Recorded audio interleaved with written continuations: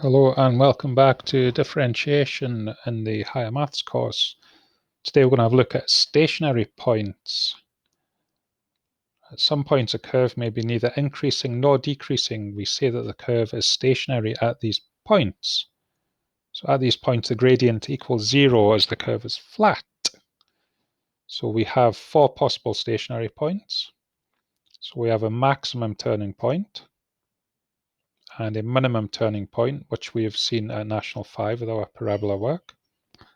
There is also a rising point of inflection or a falling point of inflection.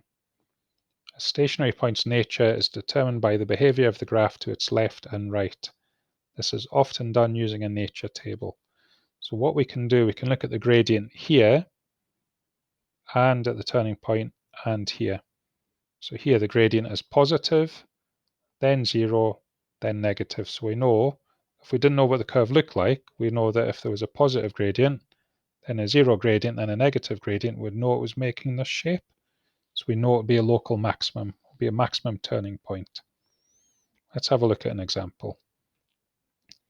So determine the nature of a stationary point.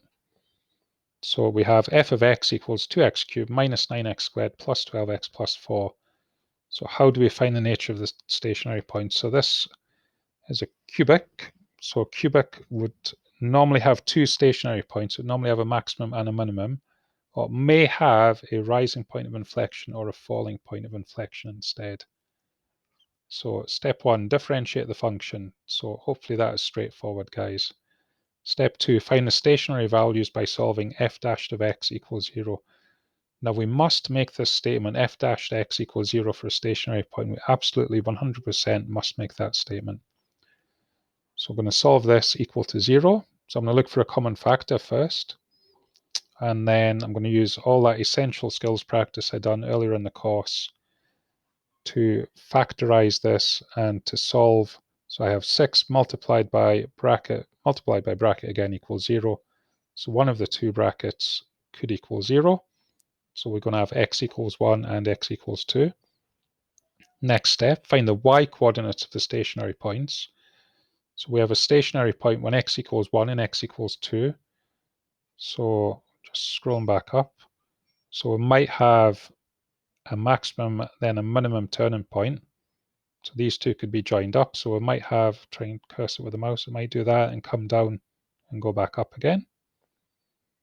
So we'd like the y coordinate to go over that. How do you find the y coordinate? Well, we substitute into either y equals or f of x equals. So find f of 1 and find f of 2 just by substituting in. So we have 1, 9 and 2, 8.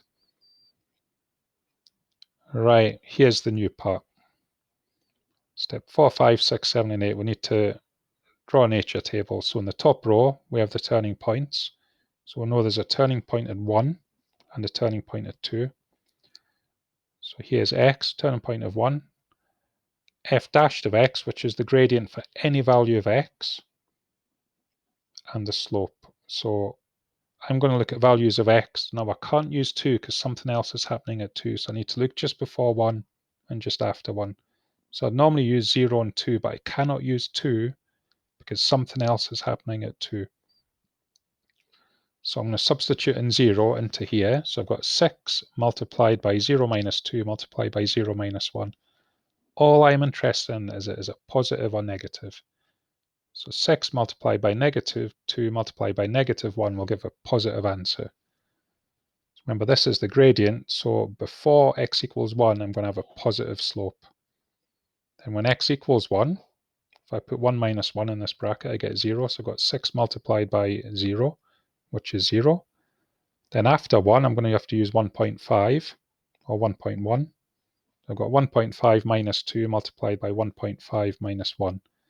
So I've got 6 multiplied by a negative multiplied by a positive.